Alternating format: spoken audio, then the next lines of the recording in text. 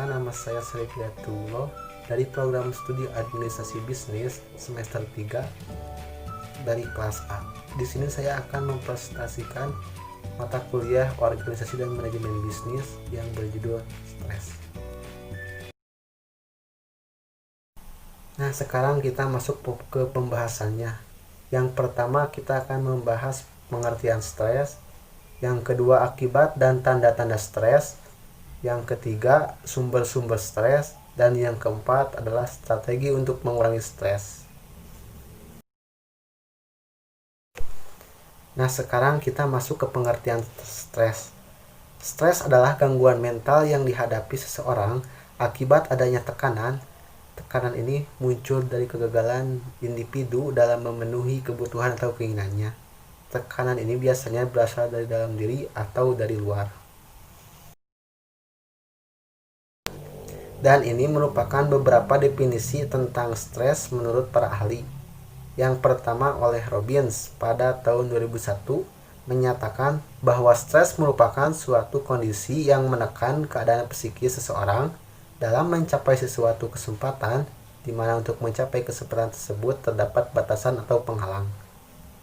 Dan menurut Anoraga dalam Anggraeni 2003 berpendapat bahwa stres merupakan tanggapan seseorang, baik secara fisik maupun secara mental, terhadap suatu perubahan di lingkungannya yang dirasakan mengganggu dan mengakibatkan dirinya terancam.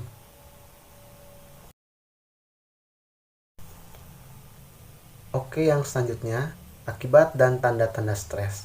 Akibat stres, stres yang dibiarkan akan menyebabkan berbagai masalah kesehatan. Stres bukanlah perasaan yang hanya ada di kepala, tapi juga dapat memberikan efek pada tubuh kita yang sedang stres. Tubuh akan merespon yang ditandai dengan pembuluh darah menyempit, sehingga bisa menyebabkan tekanan darah naik dan aliran darah dialiri oleh hormon kortisol serta adrenalin. Dan ini berbagai masalah kesehatan yang dapat disebabkan oleh stres.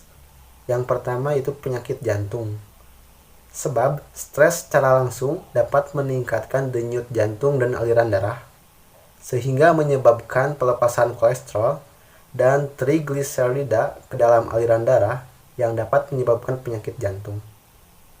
Dan yang kedua, dapat mengakibatkan penyakit asma. Terdapat banyak penelitian yang menunjukkan bahwa stres dapat memperburuk penyakit asma. Beberapa bukti juga menunjukkan bahwa stres yang dirasakan oleh orang tua juga dapat meningkatkan kemungkinan diturunkannya penyakit asma pada anak. Dan yang ketiga yaitu obesitas. Stres dapat menyebabkan lemak menumpuk di perut, sehingga dapat meningkatkan risiko mengalami masalah kelebihan berat badan atau bisa disebut juga obesitas. Yang keempat, dapat menyebabkan sakit kepala. Stres dianggap sebagai salah satu pemicu sakit kepala yang paling umum. Namun tak hanya sakit kepala saja, stres juga dapat menyebabkan migrain. Dan yang kelima yaitu depresi dan gangguan kecemasan. Sebuah survei telah membuktikan bahwa orang yang mengalami stres karena pekerjaan memiliki resiko 80% lebih tinggi terkena depresi dan gangguan kecemasan. Nah, berikut ini merupakan tanda-tanda stres. Yang pertama yaitu depresi. Depresi sebagai penyakit di mana seseorang individu mengalami suasana hati rendah dan persisten dan parah. Peneliti menunjukkan stres kronis dan akut beresiko tinggi memicunya depresi. Dan yang kedua yaitu kecemasan. Kecemasan ditandai dengan perasaan takut yang luar biasa yang bercampur dengan kesedihan. Dan yang ketiga yaitu mudah marah. Mudah marah adalah ciri umum dari stres. Dalam suatu penelitian, orang yang memiliki tingkat amarah lebih tinggi beresiko lebih besar mengalami stres dan serangan jantung. Yang keempat, gangguan memori dan konsentrasi. Stres juga bisa mengurangi kemampuan memori dan konsentrasi kita. Peneliti menemukan hormon-hormon tertentu setelah peristiwa stres atau traumatis dapat merusak daya ingat kita. Dan yang terakhir, perubahan suasana hati.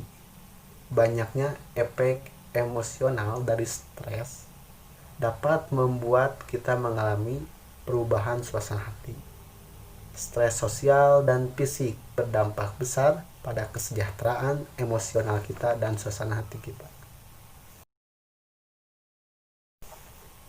Nah, sekarang kita masuk ke sumber-sumber stres. Sumber-sumber stres itu dibagi menjadi 3. Yang pertama, faktor lingkungan. Yang kedua, faktor organisasi. Dan yang ketiga, faktor pribadi. Nah, yang pertama yaitu faktor lingkungan.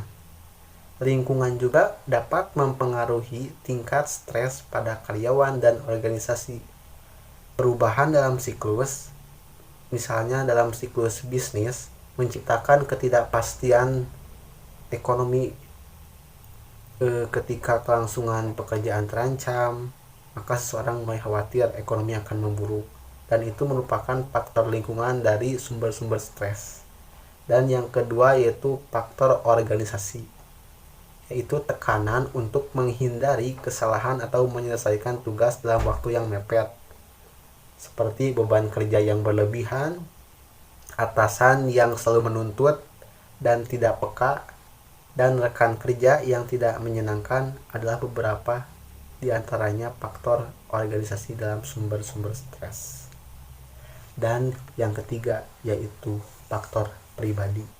Misalnya, faktor pribadi itu terdiri dari masalah keluarga, masalah ekonomi pribadi, serta kepribadian dan karakter yang melekat dalam diri seseorang.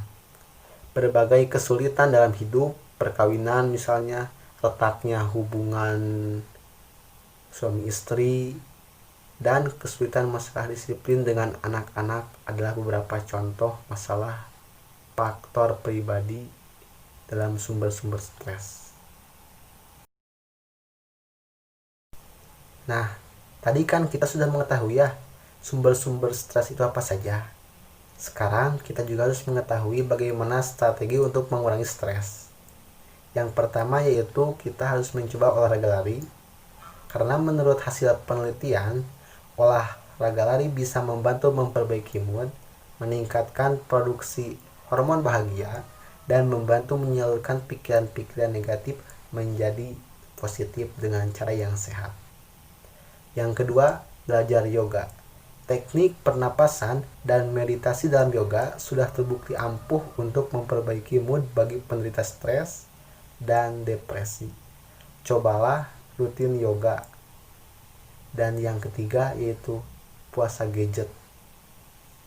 Pengguna internet yang sangat aktif juga lebih 5 kali lebih rentan terhadap depresi. Jadi ketika Anda merasa stres, Anda sebaiknya mengurangi kontak dengan gadget Anda. Yang keempat yaitu menulis jurnal atau diary. Karena dengan menulis jurnal ini kita juga dapat menuangkan isi pikiran kita terhadap suatu tulisan yang dapat membuat hormon kita menjadi bahagia. Dan yang kelima yaitu memelihara binatang. Berinteraksi dengan binatang bisa membantu tubuh untuk melepaskan hormon oksitosin dan menurunkan level kortisol. Dan memelihara binatang juga dapat membuat kita bahagia, jadi dapat mengurangi stres. Yang keenam, meminta medikasi terhadap psikiater. Kalau stres berat sudah mengarah ke depresi, ada baiknya jika Anda mengunjungi psikiater untuk mendapatkan pengobatannya. Dan mungkin itu saja yang bisa saya sampaikan dari presentasi kali ini. Semoga ada manfaatnya. Terima kasih. Wassalamualaikum warahmatullahi wabarakatuh.